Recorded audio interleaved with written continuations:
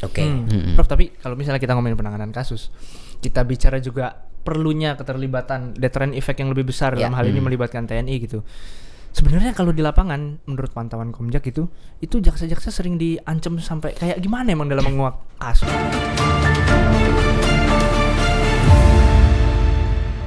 Profesor Pujiyono Suhadi.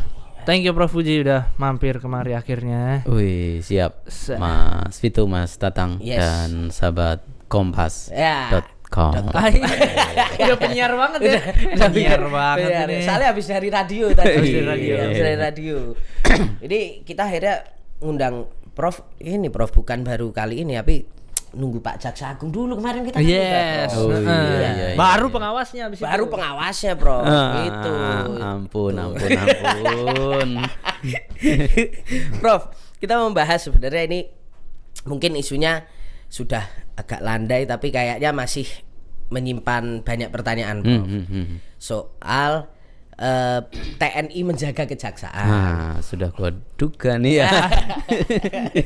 Masuk ke situ. Gua. Ya. Jadi kan gini, Prof. Kemarin itu kan dalam tayangan di program Rossi itu kan Pak Mahfud MD mantan Menko Polhukam itu kan mengatakan akhirnya membuka lah yang akhirnya kita juga baru teringat, Prof. Jadi intinya Pak Mahfud mengatakan bahwa sebenarnya ada dugaan bahwa kenapa akhirnya kejaksaan ini meminta TNI melakukan penjagaan itu juga tidak lepas dari hubungan kejaksaan sama Polri yang disebut Pak Prof Mahfud itu kok kayaknya kurang akur.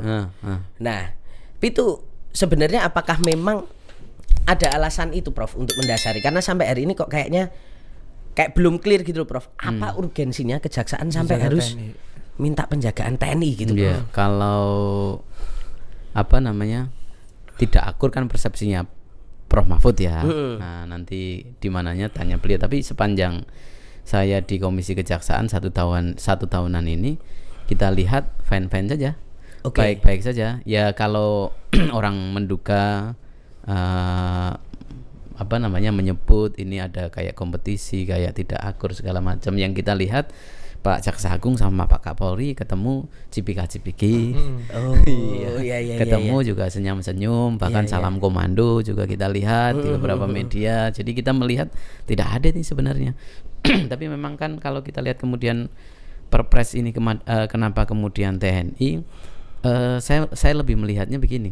Harapan Pak Prabowo ya, Pak Presiden itu, saya melihat Pak Prabowo itu seperti punya indera keenam gitu ya. Ini sama kayak Pak Habibur Rahman ini kan. Pak Habibur Rahman juga ini pernah indera ketujuh berarti. Beda. Yang kalau beliau soal tukang olah. Ini indera ke-8 kalau beliau 08 kan. Oke. Jadi kayak udah punya vision gitu ya. Beliau punya visi yang panjang ya, karena kan dimulai dari ketika Pak Prabowo bukan melempar sebenarnya gagasan beliau tentang denda damai itu. Kalau dilihat nih runtutannya, denda damai, publik kan kemudian langsung jebret gitu, denda damai koruptor kok suruh damai segala macam gitu. Nah, tapi kemudian beliau membuat terobosan dengan adanya Satgas Sawit tuh. Nah, Satgas Sawit itu di unsur yang paling depan adalah jaksa. Nah, dalam penanganannya sebenarnya denda damai ada di situ. Nah, denda damai kayak ini case-nya begini kalau Satgas Sawit itu. Jadi Satgas Sawit itu banyak perusahaan-perusahaan sawit yang di Indonesia yang besar-besar itu ternyata kan punyaan asing. Ya, jadi sawitnya ada di Indonesia nih, tapi kantornya itu ada di Singapura. Ada di Malaysia. Dan itu banyak ya, Bro? Banyak di saya ke daerah-daerah itu kantornya kecil-kecil aja. Dan mereka nggak tahu, ini kantornya urusannya di Singapura segala macam, nggak tahu. Nah, mereka ini adalah pelanggar izin rata-rata. Misalnya dia menguasai izinnya itu 100.000 hektar misalnya. Tapi yang dikelola itu 500.000 hektar. Berarti yang 400.000 ilegal. Nah, kalau ini kemudian dengan penegakan hukum, bisnis berhenti. Iya kan? Bisnis berhenti. Tapi untuk mengambil 400.000 hektar itu kan nggak mudah. Jaksa sendiri tidak bisa kemudian melakukan pengamanan sendiri. Nah, salah satu dasar visinya Pak Prabowo itu adalah ini nih, agar 400.000 hektar ini dan nanti ribuan hektar yang lain itu kembali, maka ini butuh nih pengamanan yang lebih ekstra.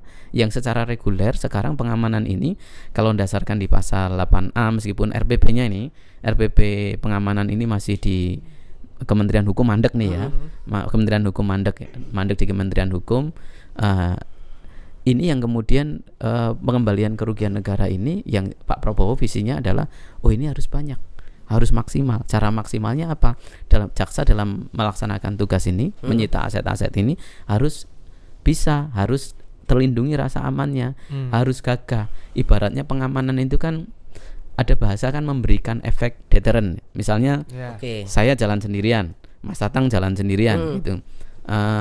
Orang anak kecil kan takutnya sama Mas Tatang, bukan sama saya. Iya mungkin gitu ya Prof. Iya, karena ada efek jerahnya. Saya meskipun hitam ya, tapi Mas Tatang kan lebih bold lagi hitamnya. Kira-kira begitu. Jadi ketika kemudian jaksa yang datang sendiri mungkin takut, tapi ketika kemudian yang datang itu dengan aparat negara, misalnya TNI ini, TNI pasti juga akan lebih takut lagi. Inilah efek deteren yang kemudian diinginkan oleh Pak Prabowo agar pengembalian kerugian negaranya itu lebih maksimal. Saya melihatnya dari sisi itu. Itu salah satu kebutuhan, Bro. Ya, menurut saya lebih utama yang di situ, bukan kemudian yang reguler itu. Justru untuk itu. Ya, kalau karena ya memang tantangannya ketika kemudian diberikan. Jadi kalau kewenangan jaksa ya itu saja ya. Dasarnya kan di Undang-Undang Kejaksaan, tetapi implementasinya kan sekarang itu dari ke hari dalam pemerintahan Pak Prabowo itu semakin bertambah. Tambah pengusutan kasus juga semakin besar kan. Nah, HGAT-nya nih, analisis HGAT-nya ini semakin besar. Nah, oleh karena itu butuh pengamanan yang lebih ekstra. Jadi bukan karena dugaannya, menurut saya itu bukan seperti dugaannya yang sampaikan Prof Mahfud itu gitu. Kalau mendasarkan di Undang-Undang Kejaksaan, ya pengamanan itu di kepolisian kan. Itu clear. Ada di pasal 8A itu. Dan harus turunannya ada di RPP-nya tapi sayang di PP tapi masih dalam tahap RPP, masih berhenti di Kementerian Hukum. Nah, ini Kementerian Hukum nih kita kejar juga biar segera selesai.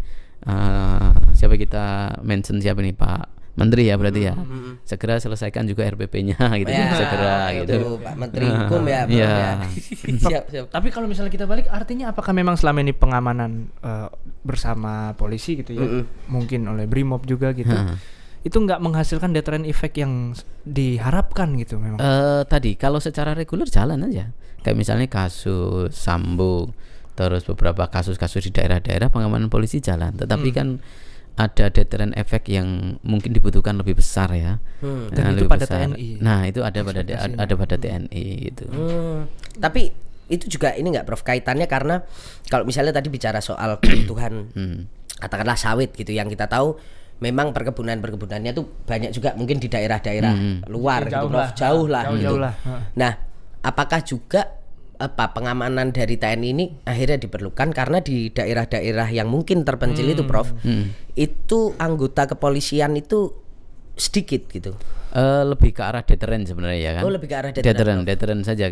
Satu itu. Yang kedua, kalau kita mengacu pada perpresnya itu ya, perpres itu kan ada pembeda nih. Jadi kalau pengamanan kepada individu jaksa, itu kan kepolisian tetap dalam perpres itu.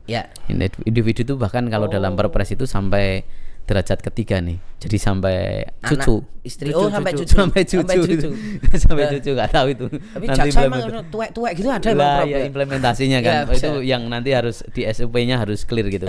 Harus clear SOP-nya yang dibuat oleh Pak Jaksa Agung harus clear biar tidak multitafsir itu. Terus tapi kalau untuk institusi, terus untuk pengamanan aset itu dalam perpres itu adalah TNI. Polisi juga bisa, tapi kalau dalam perpres itu TNI yang kemudian.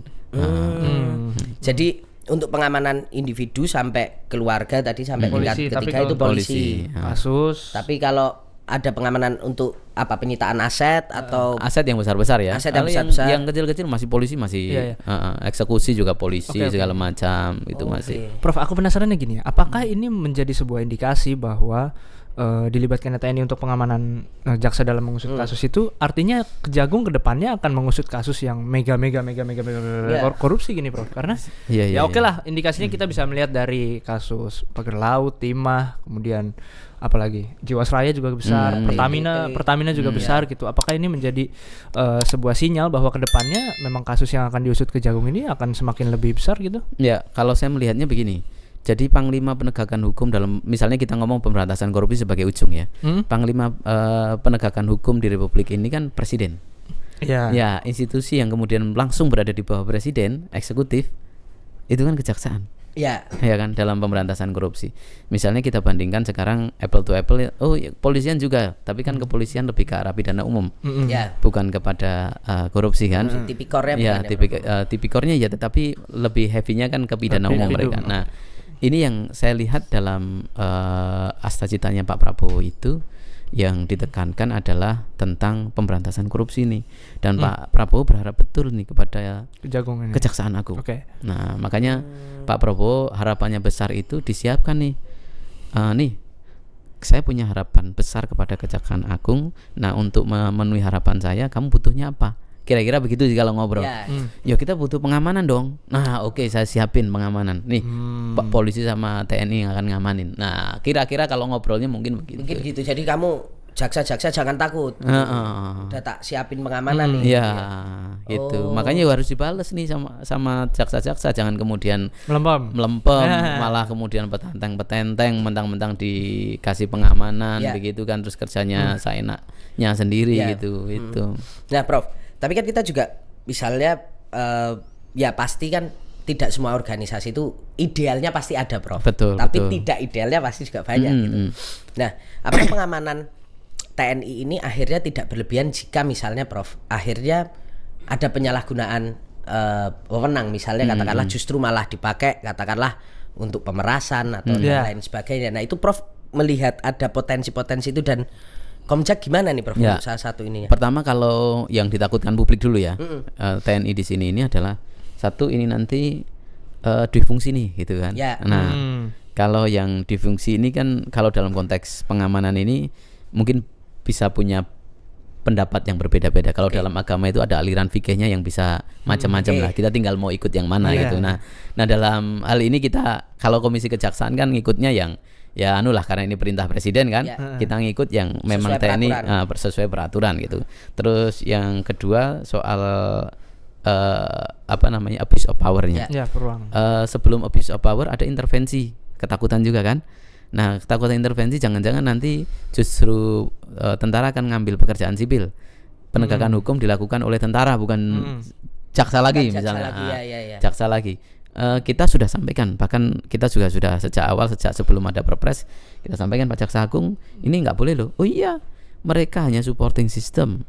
TNI hanya pengamanan, tidak masuk pada main bisnis penegakan hukum. Clear berarti tidak bisa kemudian kalau misalnya menyita aset, bukan mereka yang menyita tetap jaksa, tapi yang mengamankan dari HGAT adalah TNI. Kalau kita ngomongin soal pengamanan TNI ya, ini TNI. Nah, yang dilakukan itu. Terus yang ketiga soal pemerasan, jangan-jangan dengan ini dilakukan, asalkan apalagi ketika ada buktinya segala macam, itu proses kayak misalnya bisa kasus dengan seenaknya jaksa memeras gitu kan. Sekarang eranya terbuka, saya pikir kan. Eranya terbuka, dan Komjak untuk hal yang pemerasan itu kita serius betul. Asalkan apalagi ketika ada buktinya segala macam, itu proses kayak misalnya kasus yang jaksa sampai menilap 11, sekian miliar dari kasus robot trading itu. Itu juga diproses. Kita minta proses dong. Jangan kemudian hanya diperiksa diwas, proses akhirnya diproses pidana. Ada lagi di daerah yang ujung timur. Kemarin kita periksa juga di Bandar Naira. Diduga uang ganti rugi itu separuhnya diambil. Itu juga kita minta periksa dong. Jangan kemudian hanya di pengawasan. Kalau ini ada unsur pidananya, masukin pidana. Nah, ini sekarang sudah eranya terbuka. Jadi dan jaksa kan bukan instrumen pengamanan ya. Jadi artinya dia tetap institusi yang terpisah dari TNI, tidak kemudian bersama dengan TNI. Nah, sehingga ya lebih gampang kalau kemudian ada kesalahan itu dibenarkan atau kesalahan itu kemudian didisiplinkan gitu.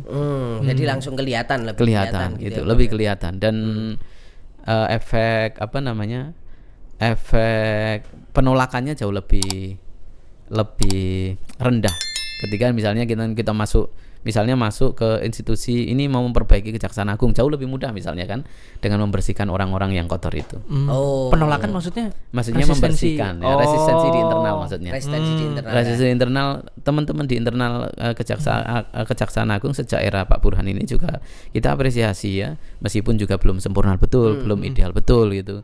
Tapi bahwa mereka punya semangat untuk membersihkan sapu itu tetap menjadi sapu itu menjadi sapu yang bersih. Oke. Gitu. Jadi ketika nyapu nggak terus sapunya kotor, reget gitu ya, Bro ya. Mereka punya komitmen bersama. Meskipun ya ini pekerjaan yang mungkin never ending job. Ya.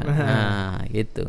Prof, tapi merasa ini akan menjadi sebuah tantangan baru, tantangan tersendiri nggak sih Prof, mengingat kan ya tadi kita akan melihat mungkin Kejagung sebagai ujung tombak pemberantasan korupsi sekarang mulai ngurusin aset yang semakin besar ini masuk, artinya kalau menurutku Komjak juga akan mempunyai PR yang jauh lebih besar untuk preventifnya nih, untuk mencegah pemerasan segala macam gitunya.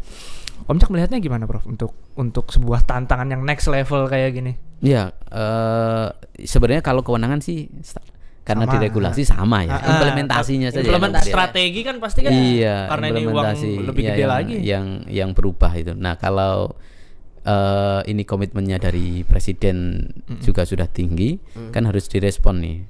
Nah, responnya kan kita kemarin juga sudah nanya apa kemudian strateginya dari Kejaksaan Agung. Salah satunya adalah kan akan dibikin SOP itu, biar salah satunya juga tidak ada abuse of power. Tadi kan ada SOP, nanti SOP akan kita lihat betul. Nah, jangan-jangan dengan SOP ini mana potensi yang kemudian jadi abuse, kan gitu. Dasarnya SOP. Terus yang kedua juga kita juga akan melihat jangan sampai kemudian untuk kepentingan karena ini TNI kan di luar kedinasan. Karena kan kalau TNI kan konteksnya kedinasan kan. Yes. Prof. Di luar kedinasan tuh misalnya piye, Prof? Ya, misalnya kan kalau untuk pengamanan pribadi kan clear kan itu.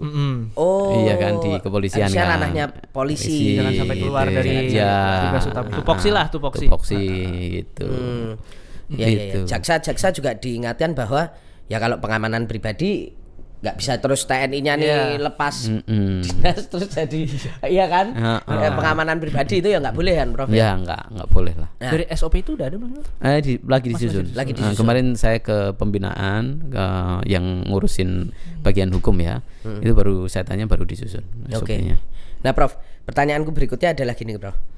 Terus setelah akhirnya keluar Perpres ini kan kemarin juga sempat nih Kapolri dikejar anak-anak untuk ditanyai responnya kayak apa dan menyatakan bahwa TNI Polri solid gitu. Nah tapi hubungan dia kan nggak menjawab hubungan kejaksaan sama Polri-nya gitu kan. Nah tapi kan kita masih ingat, publik masih ingat mungkin juga sebagai pengingat bahwa Mei 2024 tuh Prof ada satu kejadian yang bikin kita kaget juga. Tiba-tiba Jampitsus dikuntit yang kemudian diduga anggota Densus, dan kemudian di bulan November rapat dengan Komisi 3 aku masih ingat tuh Prof. Nah aku yang nulis pengepungan itu ya aku yang nulis beritanya kan Jaksa Agung bilang bahwa Brimob ngepung. Iya. Waktu itu kasus apa ya? Timah ya? Timah. Dan kayaknya kan ya udah isu itu sempat berkembang besar tapi kemudian juga kita nggak jelas penyelesaiannya seperti apa dan menimbulkan pertanyaan. Akhirnya dengan situasi kemudian muncul Perpres ini, gimana Prof hubungan antara Kejaksaan dengan Polri ketika kemudian di masanya Pak Burhan itu juga sempat terjadi loh peristiwa itu gitu. Kalau saya melihat dalam perkara inilah saya penanganan pidana-pidana umum, saya tidak melihat yang case itu ya. Sebagai contoh misalnya ya ada beberapa kasus kalau tandanya ketidakharmonisan itu hanya diukur dari satu kasus kan tentu tidak bisa kemudian mengcover beberapa hubungan baik yang sudah terjadi. Asik. Ya kan? Oke. Tapi yo gede loh Prof, kasusnya Prof. Ya Faktor, kita Prof. ribut sama istri kita kan juga sering kan, Pas. tapi tidak kemudian juga. Nah, tapi saya melihat itu tidak ribut kok. Oke. Iya, saya juga kebetulan tidak baca tulisannya Mas Tatang. Oh, iya. Tidak tahu detailnya gitu. Ya tidak tahu detailnya. Nah, tapi saya ngelihat begini, relasi baik itu kan misalnya bukti koordinasi ketika pelimpahan berkas. Sekarang juga jalan-jalan saja. Terus misalnya pengamanan ketika kemudian tahanan itu Oke. juga masih jalan. Terus kemudian eksekusi. Jadi eksekusi tanah misalnya kayak kemarin di mana di jalan tol itu, Ya. rest area atau segala macam itu kan sebagian juga masih menggunakan polisi untuk kemudian eksekusinya. Dan itu jalan-jalan saja. Jadi lebih banyak hubungan harmonisnya daripada tidaknya menurut saya. Oke. Tapi Tapi- pelimpahan perkara yang Iya. pagar laut nggak mulus loh itu, Bro. Nah, ada pandangan juga itu, ya. Prof. Pandangan loh itu, Bro. Nah, Itu yang menurut saya temanya kita harus bahas tentang KUHAP tuh. Oh, itu berarti- kalau pagar laut itu. Kalau pagar laut itu ya, Bro. Jadi- itu next aja, Bro. Itu next. ya, itu- Tapi itu nggak bisa juga dibaca jadi sinyal Sebagai sebuah iya. bahwa antara kejaksaan dan Polri beda juga pandangan soal itu. Itu menurut saya justru jadi rekomendasi agar jaksa dan polisi itu jadi satu dalam proses penyidikan.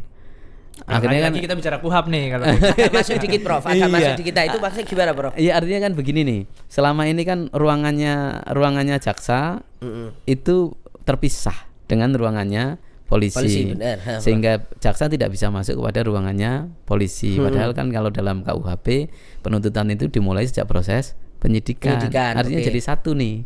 Biasanya kan penyidikan itu Penyelidikan itu bagian dari penyidikan kan. penyidikan kan. Tapi biasanya prosesnya itu kan baru masuk ke kejaksaan ketika sudah Dilimpahkan. Barang P21, itu sudah P21. selesai. barang udah selesai. Barang sudah selesai, nanti penuntut akan membaca ini kemudian dilimpahkan ke pengadilan. Iya. Oke. Nah, ini sehingga kan barang versinya polisi selesai, tapi versinya jaksa kan belum selesai atau barangkali berbeda. Nah, sehingga kalau kemudian sejak awal terlibat proses penyidikannya, sebagai contoh nih, KPK, apakah Dirtut sama Dirdik pernah ribut? Oke. Oke. Nggak ribut kan? Ya, Nah, nggak beda pandangan kan? karena jadi satu jadi bareng. Jadi satu, yang mengumpulkan peristiwa pidananya tetap Dirdiknya. Tapi kemudian merumuskan deliknya nih nanti ke penuntutannya Direktur Dirtutnya. penuntutan. Nah, kan begitu. Lah, Prof, tapi kalau gitu apa nggak menjadikan kejaksaan ini semakin super body? Enggak. Super power banget. Penyidikan- Super power loh, Prof. Dirtut kan nggak melakukan penyidikan. Penyidikannya tetap Dirdik. Artinya kalau dalam proses tadi Prof bilang idenya bahwa polisi dan kejaksaan itu jadi satu dalam proses apa Prof penyidikan tadi. Nah, itu memantau aja. Terlibatannya hanya kemudian koordinasi dan konsultasi. Oh. Kan Dirtut kan tenaga-tenaga di Dirtut kan, Ya. resource di Dirtut itu kan tidak kemudian terlibat dalam penyidikan. Penyidikannya tetap human resources di Dirdik Ya. kan, Ya. SDM di Dirdik. Baru kemudian barang itu mau dijadikan, didiskusikan. Ini enaknya apa ini pasalnya? Dak selesai. Oh, itu selama ini tidak berjalan. Selama Ya, ini karena berjalan. Kalau untuk kasus pagar laut itu kan tidak berjalan. Berjalan. Itu kita lihat. Karena KUHAP-nya juga Membuka ruang itu, diferensi fungsional yang spirit of power itu udah out ini ya. out of out date of date lah. gitu maksudnya. Itu. tapi artinya nanti ketika misalnya ini kan apa revisi KUHAP kan kayaknya 2026 mau dikebut toh, Prof. 2025 ini mau dikebut. 2025 Iya, ya mau dikebut. Nah, artinya ketika misalnya di situ kejaksaan menjalankan fungsi udah dari penyidikan ini tadi cuman sebagai apa konsultasi dan lain sebagainya bisa satu pandangan. Jadi sejak dimulainya proses penyidikan ya SPDP itu penyidikan, jaksa kemudian memerintahkan nih yang mendampingi proses penyidikan adalah misalnya jaksa A dan jaksa B. Itu nanti yang akan jadi JPU, jaksa penuntut JPU, umum. ya. Itu nanti sejak awal dia sudah menjiwai betul nih Kasusnya nih. Kasusnya. Karena dia udah supervisi sejak awal lidik, ya. gitu. Berarti bakal akan minim dong, Prof. Apa pengembalian berkas apa P19 itu akan minim, Prof. Minim, bagus kan itu. Iya. Karena nanti terus P21 terus kan jaksa udah ikut. Udah awal kok P21. Kalau misalnya nggak cukup buktinya ya sudah SP2. langsung. Diberhentikan kan gitu. Perkara-perkara mandek yang nggak jelas itu kan juga banyak ya Prof, Banyak. sekarang. Oke, stop aja lah gitu kan. Itu demi juga keadilan kan dan Kejelasan kepastian hukum. kepastian hukum. Gitu. Prof, tapi membaca ya ada kelompok para pengamat, para pakar yang juga membaca bahwa beberapa kasus yang ketidakharmonisan antara kejaksaan dan polisi ini juga berkaitan dengan rencana revisi Undang-Undang Kejaksaan yang di dalamnya juga akan mengatur agar power atau mungkin cakupan supervisi kejaksaan juga diperluas dan ini mungkin Ya, tadi menimbulkan Prof. kecemburuan Iya, antara nggak ada tuh kayak saya juga tanya. Emang ada tuh revisi Undang-Undang Kejaksaan? Nggak ada, Pak, gitu. Saya tanya. Berarti RUU Kejaksaan itu Nggak ada. di belakang layar. Nggak ada. Belum ada omongan. Nggak ada. Dulu pernah muncul tapi ditarik lagi. Oke. Dulu pernah muncul tapi sudah ditarik. Jadi nggak ada usulan revisi Undang-Undang Kejaksaan. Oke, berarti clear itu Prof. Clear. Saya tanya ke Pak Jaksa Agung, saya tanya ke Pak Jampitsus, Jamintel, Jampidum dan yang lainnya termasuk Jambin dulu ya karena dulu bagian hukum kan di bawah Jambin. Saya tanya udah nggak ada, ini sudah ditarik, nggak ada usulan revisi Undang-Undang Kejaksaan. Oke. Artinya memang kalaupun memang kayak tadi yang kita obrolin itu bahwa mungkin kejaksaan akan lebih banyak dilibatkan dalam penyidikan di awal gitu, itu cukup di KUHP aja. Itu sudah cukup. Oke. Perlu ada revisi Undang-Undang Kejaksaan. Kejaksaan ya enggak. Iya. Yaudah Prof, kalau tadi misalnya Prof Uci kan mengatakan mengharmonis aja nih apa Iya, iya. Hubungan. Kejaksaan Agung sama Ya, saya Polri. tahunya juga ngopi-ngopi bareng juga Nah, beliau. itu enggak Prof? Apa terakhir Jaksa Agung ngopi sama Pak Kapolri itu kapan Prof? Lebaran mungkin ya. Iya. Iya kan masuk ketemu dengan presiden Ketemu, kan. iya. Iya kan. Iya. Kan barusan juga lebaran kan. Oh iya, belum lama ya Prof. Ya kan juga rapat kabinet juga sering ketemu beliau. iya. Rapat kabinet mungkin minggu-minggu yang lalu juga ketemu beliau. Tapi Pasti kan kan. nek kuwi bareng-bareng Prof. Lah ya kan ada ngopi barengnya juga kan, Pak? Iya, enggak Mas Iya. yang kadang berdua ngopi yuk gitu tuh. Ada enggak tuh Prof itu Prof? Saya bukan ajudannya, Pak. Ya enggak nek Prof kan misalnya sok Iya, ceritani iya. Jaksa Agung misalnya kan. Oh iya iya. Ya kan nek Prof kan tinggal Oh. telepon, Pak. Halo. Berarti Kan berarti langsung Pak Tatang besok gini aja Mas Tatang nanti Pak Jaksa Agung nanti kalau pas ngopi bareng kasih tahu itu Pak Ketua Komjak Ya, gitu. langsung ya. Biar jadi saksi Anu, gitu. selfie sama Pak Kapolri kirim Pak Ketua Komjak. Atau Prof Uci nanti kirim aku. Jadi aku percaya kalau Ya. hubungannya harmonis ya toh Prof. Siap. Iya. Tapi Bang sejauh ini Prof melihat memang Baik-baik saja. Baik-baik Baik saja. saja sinergis karena saya ngukurnya dari penanganan kasus ya. Ada yang mungkin menurut publik agak renggang gitu. Ya. Tapi menurut saya dalam overall lah ya, overall dalam koneksi penanganan kasus secara umum berjalan baik-baik saja. oke. Prof, tapi kalau misalnya kita ngomongin penanganan kasus, kita bicara juga perlunya keterlibatan deterrent effect yang lebih besar dalam hal ini melibatkan TNI gitu. Sebenarnya kalau di lapangan menurut pantauan Komjak itu jaksa-jaksa sering diancam sampai kayak gimana emang dalam menguak kasus gitu. Ada di daerah ya, di daerah khususnya daerah-daerah timur ya, yang jaksa itu hanya 6 orang. Coba bayangkan kalau harus ngusut kepala daerah. Oke. Iya, kan clear kan? Iya, oke. Hanya 6 orang jaksa fungsionalnya, yang lain itu tata usaha. Kan Kita yang nggak bisa lihat hanya sekedar di kota-kota besar atau Jakarta. Iya, gitu, Prof. hanya 6 orang gitu, 6 orang padahal yang kasus korupsinya Di Pemda kepala lah daerah. misalnya. Ya makanya saya lihat juga di beberapa daerah itu khususnya di daerah-daerah timur jarang sekali bisa kena kepala daerah. Paling pol kan kepala dinas di daerah timur. Ya mungkin karena efek deterrennya tidak begitu kuat itu. Oke. Iya kan? Iya. Oke. Nah, Prof, tapi pertanyaan gini, apakah kalau misalkan deterrent effect-nya kurang, misalnya dalam penanganan kasus korupsi yang jauh-jauh gitu, bukankah yang diperlukan adalah deterrent effect yang berasal dari pusat? Dalam hal ini mungkin backup lebih dari Kejaksaan Agung untuk di daerah-daerah itu sehingga jaksa-jaksa yang di daerah itu lebih pede gitu. Kenapa justru deterrent effect-nya harus lewat TNI? Sepede-pedenya misalnya kan mereka bekerjanya kan hanya kita ngukurnya kan 8 jam ya sehari ya. Tapi kan ada 24 jam sehari, 7 kali 24 jam seminggu, 30 hari kali 24 jam sebulan yang mereka ada di sana. Yang di luar itu akhirnya. Ya, di luar yang pekerjaan. ancaman keselamatan itu kan tidak Nggak hanya di pandang jam jam kerja. kerja ya.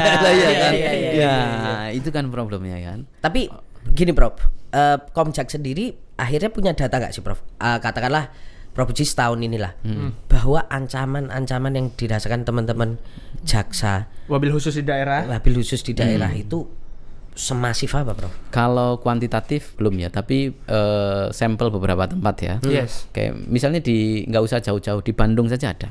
Jadi misalnya ada tuntutan dari masyarakat untuk untuk penanganan kasus ya. Salah satu kelompok masyarakat menuntut penanganan kasus korupsi misalnya. Ya. Tapi di sisi lain ada kelompok ormas yang kemudian membackup ini, yang ketika kemudian kegiatan full bucketnya itu jadi terhambat.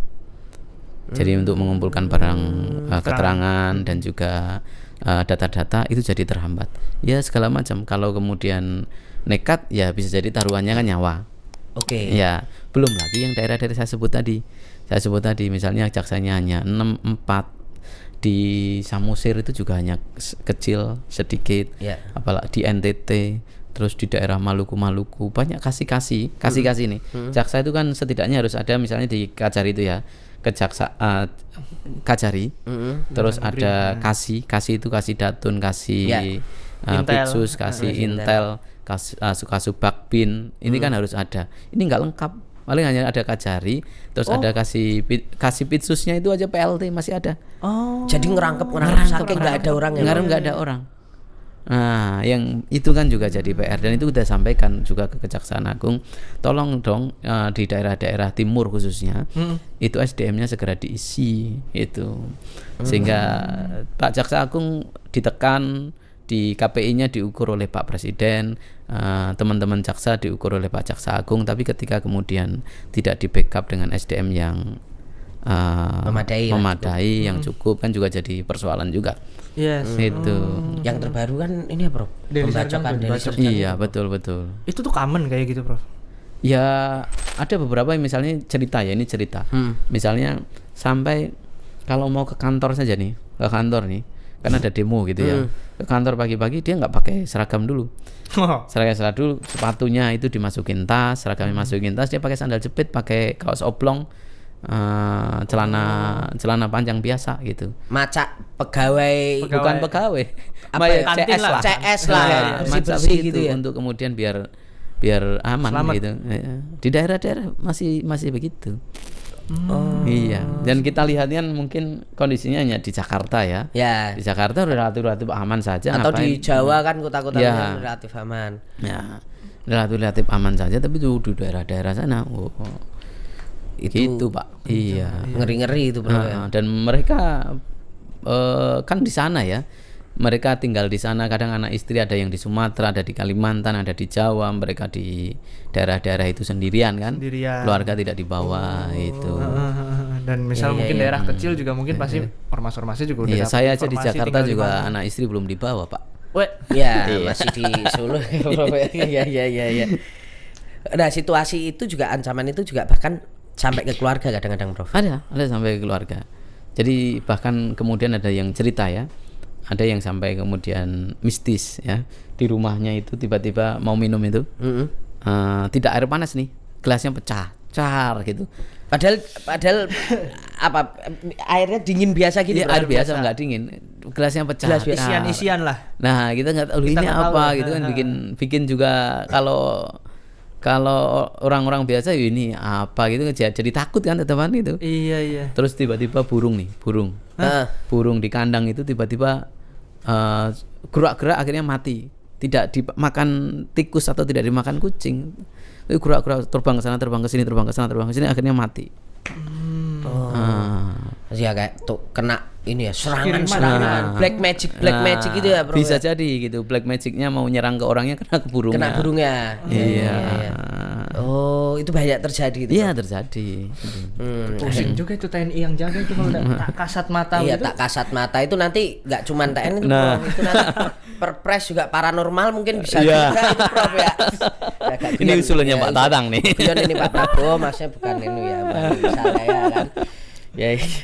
Oke, kita beralih ke topik berikutnya nih. Nah, mungkin menyinggung sedikit nih, Bro. Ini kan selain dinamika soal berat nih kayaknya, saya harus rapikan baju dulu nih.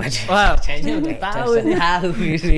Tadi kan pembacaan pertama udah langsung bisa ngebaca. Wah, kayaknya ngomongin soal hubungan tidak harmonis. Ya, ternyata kan enggak kalau menurut Prof kan. Nah, sekarang soal ini, Prof. Akhir-akhir ini tuh muncul kan, ada muncul reshuffle muat. Dan salah satunya tuh yang kemarin sempat ramai juga diisukan walaupun sudah dibantah lah oleh Pak Herli Kapuspen, sudah dibantah Pak Jaksa Agung, katanya salah satu yang namanya kemungkinan akan diganti ya. Sebagai pengawas kejaksaan ini memang isunya sejauh apa Prof? Atau memang sebenarnya ya memang itu hoax dari luar gitu?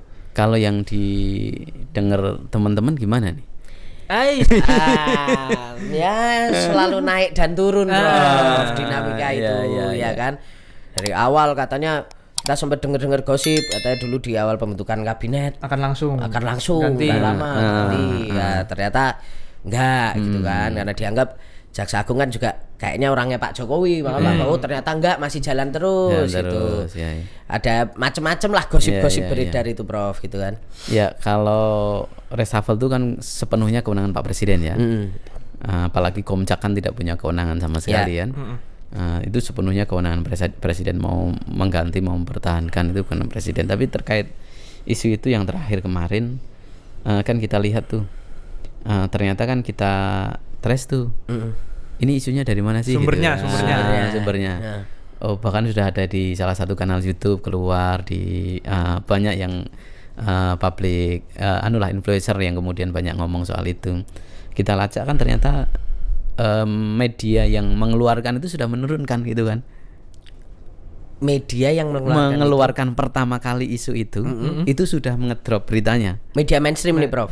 Media besar. Saya nggak besar kayaknya. Oke. Tengah-tengah lah ya. Tengah-tengah. Tengah-tengah. Itu lah. Sudah menurunkan. Dan ketika ada wartawan juga tanya ke saya, sumbernya dari mana?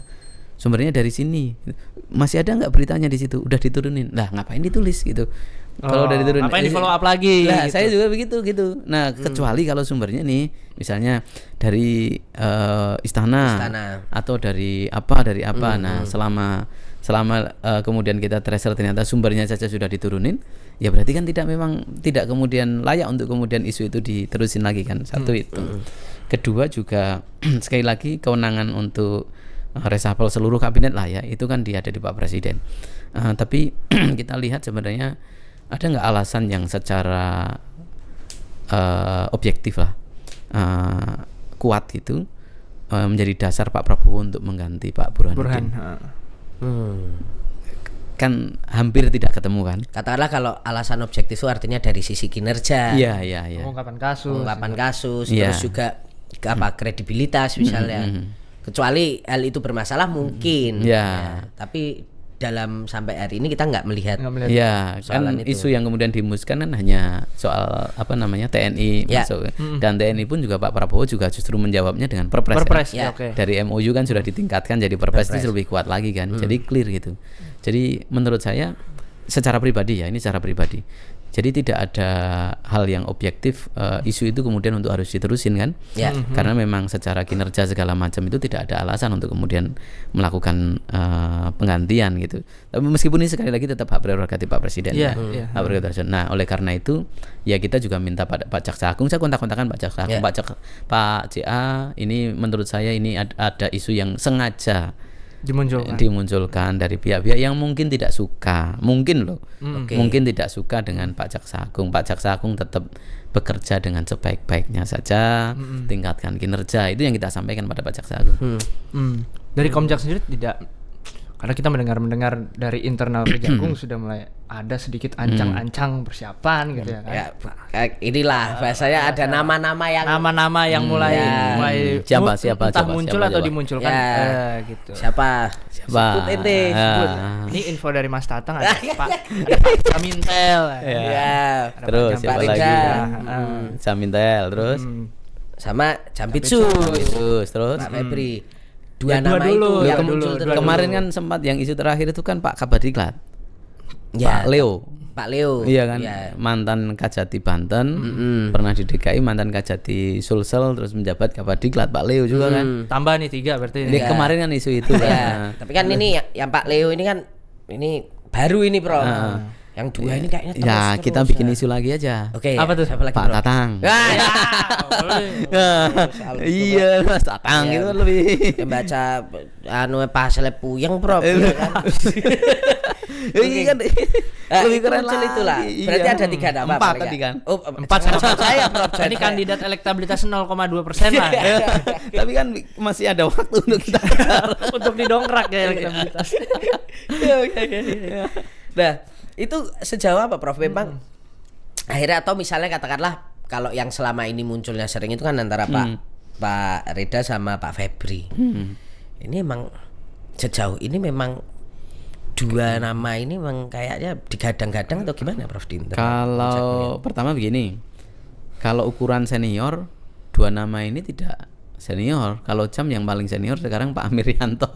Oh. Terus Pak Amir Yanto itu Kepala Badan Pemulihan Aset. Terus habis itu Pak Leo. Pak Leo ini malah lebih senior daripada Lebih- Pak Reda sama Pak. Iya, lebih senior. Terus habis itu Pak Jampitsus, Pak Reda. Tapi kalau saya melihatnya begini kok.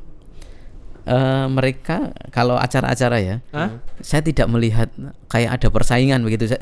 Ini penglihatan saya ya. Kelihatan Oke. dari Bisa luar. bisa jadi salah. Saya kan tidak punya indera ke-6, Iya. ke-7, Tapi ke-8 sebagai ya. seorang pengawas kan harus. Iya kan, ya, makanya lihat pengawasan gestur. pakai mata aja kan. Iya, Mas iya. itu. Ini masih belum mata batin ini. Iya, beda. ya sepanjang yang saya lihat pakai kacamata pengawas saya Iya. nih. Kacamata saya nih dalam mengawasi itu kalau acara-acara duduk satu meja, ngobrol, bercanda-bercanda Itu antara Jampitsus sama Jamintel itu. itu nggak ada masalah, santai. Oh, Itu oke. nanti fotonya tak kasih tahu deh. Oke. Dan tidak ada masalah mereka tidak seperti yang orang pikir itu nggak ada. Dan Pak Jaksa Agung menurut saya sangat lihai sebagai konduktor yang baik lah ya untuk kemudian meramu potensi-potensi junior-juniornya ini dalam memajukan kinerja Kejaksaan Agung gitu. Ya saya melihatnya pakai kacamata yang verbal saya ya. Kacamata verbal saya ngelihatnya ya mereka duduk bercanda-bercanda ya biasa saja, nyanyi-nyanyi bareng juga. Kemarin kita acara di Tasikmalaya ada di Aksaran, nah juga para Jam juga datang semuanya. Nah, kecuali malah Pak Jam Datun kemarin malah nggak datang tuh karena beliau ada acara. Yang lain datang, nggak ada yang seperti yang diduga-duga itu. Oh, oke. Jadi narasi ini akhirnya sebenarnya tuh memang akhirnya kelihatannya publik sudah melihat bahwa dua Orang figur ini memang cukup mumpuni kalau suatu saat atau memang sengaja aja yang menciptakan nih, Prof, biar seolah-olah Jamintel sama Jampitsus ini juga. Kalau mumpuni semuanya itu mumpuni ya. Jampitsus, Jam Intel, terus para jam yang lain lah itu juga mumpuni semuanya lah gitu. Tapi nggak tahu isu ini saya kalau seperti yang tadi soal isu reshuffle Jaksa Agung itu saya bisa ngelacak nih. Ya. Itu terus sumbernya mana. Sumbernya Tapi mana? ini kok saya tidak bisa ngelacak ini sumbernya pertama kali yang melempar isu. Ya. Ini memang mungkin belum muncul, Prof, banyak di media Jangan-jangan- sosial. Ini kan gosip-gosip tongkrongan Jangan-jangan wartawan, gaspol Prof. nih. Iya. Yang bikin isu. Ini isu. Ya. Iya. Enggak, Prof. Wartawan di kejaksaan itu. Kita lempar ke teman. Iya. Tapi justru mungkin karena nggak bisa dilacak, jangan-jangan justru organik ini. Organik, Prof, jangan-jangan. Enggak sih, Prof. Enggak ada. Enggak ada. Aman-aman. Prof, tapi kalau di kejaksaan itu budayanya gimana sih, Prof? Kan kalau Jaksa Agung itu kan bahkan kalau nggak salah Pak Burhanuddin itu kan sebenarnya dulu udah sempet pensiun tuh, Prof, udah pensiun, pensiun. kan? Iya. Terus kemudian diminta untuk menjadi Jaksa Agung. Artinya kan ketika seorang udah pensiun dan kemudian diminta masih bisa lanjut Bisa, lagi. bisa. Kan, Kan ada- membedakan sama misalnya kayak di polisi atau TNI. Sipil pun juga bisa jadi jaksa. Sipil kan juga bisa tuh, Prof. Nah, kalau misalnya Prof tadi bilang bahwa masih ada yang lebih senior misalnya daripada Pak Reda dan Pak Febri misalnya, itu biasanya di kejaksaan itu gimana? Apakah memang condong Ke yang paling senior, yang senior gitu. atau yang udah enggak sih, Prof? Enggak, kalau kita lihat 2 kali lah ya. Pak Pras kemarin udah pensiun kan. Pak Pras sudah pensiun, terus kemudian jadi Jaksa Agung dipilih Pak Presiden Jokowi. Terus Pak Burhan ini juga sudah pensiun, dipilih lagi Pak Jokowi. Terus sudah mau pamitan, Ya. tapi dipilih lagi oleh Pak Prabowo, begitu kan. Jadi ya saya ngelihatnya ya memang mungkin experience ya dan rekam sejarah yang dimiliki dan kemudian dibaca oleh Pak Presiden dalam menentukan itu. Tapi pernah juga sipil juga pernah. Siapa ya dulu Pak Marzuki Darusman kalau nggak salah ya. Oh iya iya. Nah, iya. itu kan sipil juga. Sipil. Dan jadi jaksa agung juga pernah. Jadi Pak makanya kita Pak Tatang. Bisa lah dalam waktu berapa tahun siap-siap baca pasal lah, Bro. Siap-siap enggak kita juga nggak tahu. Berat ya, Prof. Katuan, Prof. Kacauan. Kalau berat kan bisa diukur nanti berapa, 70 kilo apa 80 kilo. Bisa lah jogging dulu kan. Iya bisa jogging lah nanti. Ikut lari sama saya dah. Asik.